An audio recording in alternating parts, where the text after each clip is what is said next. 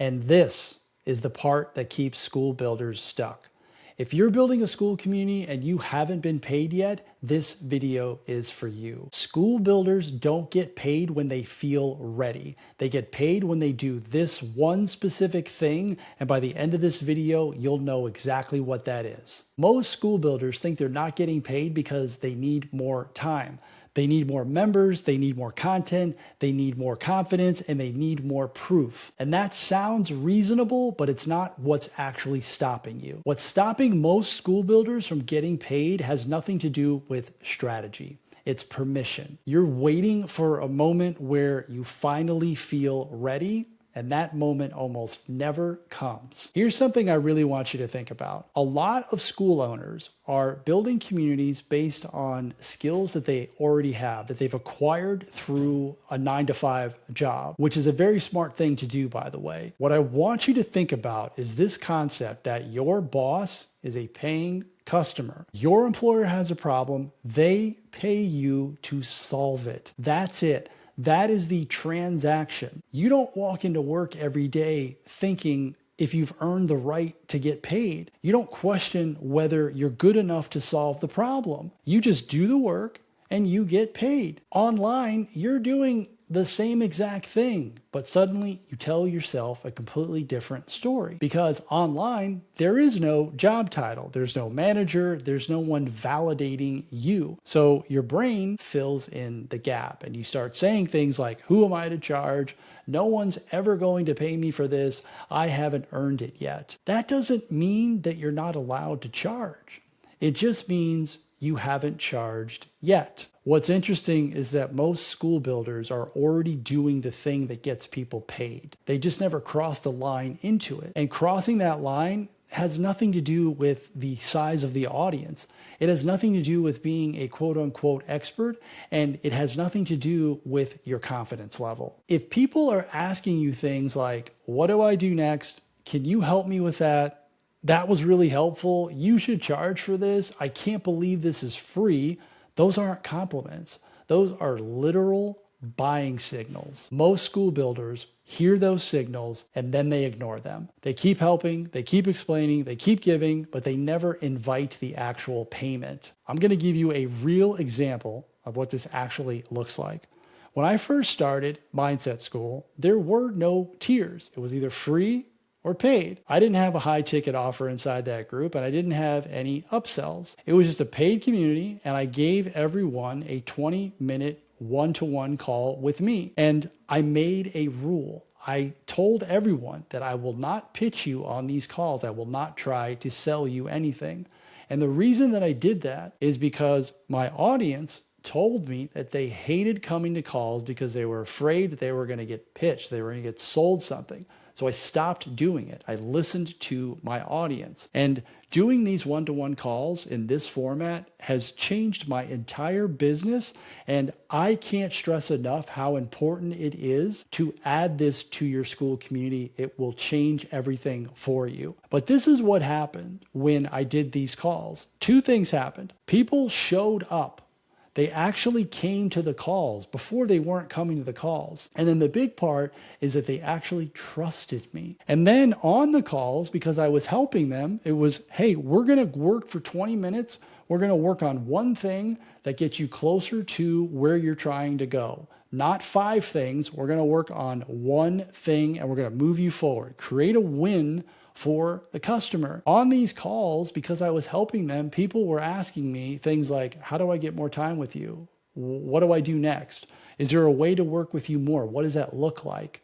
That wasn't me pressuring them. That was them giving me permission. And instead of guessing, I literally asked them what they wanted. I didn't have that offer available. I had more calls available for my one-to-one, 12 calls, 90 days, but that's not what they were asking for. They were asking for, how do I get a few more calls with you?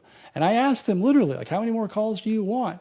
And what would you want them to cover? And they told me. When 3 people told me, that's the buying signal. I said, okay, I have a rule of 3. If 3 people ask, then I just add zeros to it. 30 people are going to want it. 300 people are going to want it. 3,000 people are going to want it. So I packaged exactly that. I put it in the classroom and I told people it was there. I made a post. I did a walkthrough video. I said, here's the thing that you guys said you wanted on the calls. I've been getting this question asked a lot. So here it is. And guess what happened? People bought it.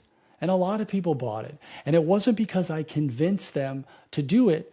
It was because they asked for it and then I gave it to them. And that is the easiest way to make sales, is to literally provide a solution that people ask you directly for. And when you do that, you will make money every single time, not 50% of the time, every single time. So let's talk about the thing, because that's what this video is all about. School builders get paid when they stop helping in general and start offering a paid next step.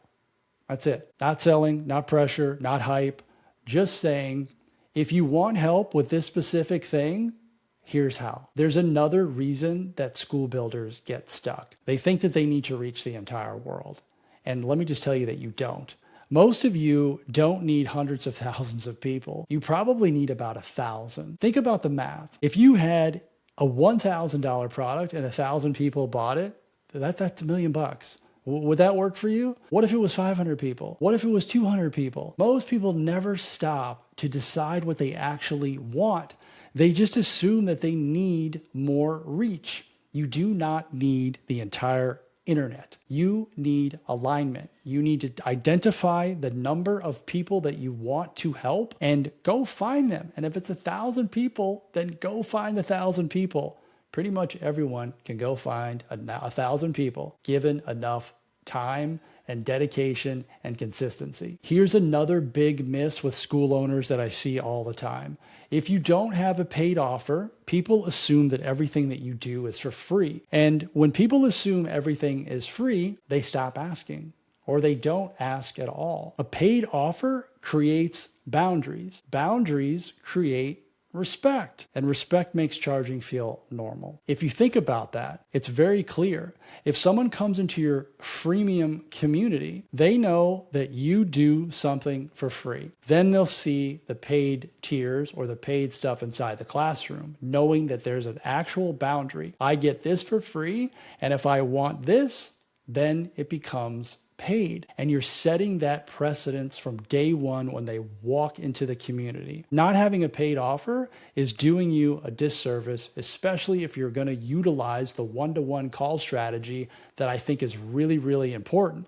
Because on those calls, they can ask you things like, hey, tell me more about your premium tier or your VIP tier or that thing in the classroom that you have. If it's not there, they can't ask about it. Here's how I want you to apply this so that you can actually get paid on Skool. Pay attention to the questions that people keep asking you. That is your offer. Have something ready right now, even if it's simple, because when someone asks you for help, that's the permission to present the solution. And you can present the solution right there on the call with them.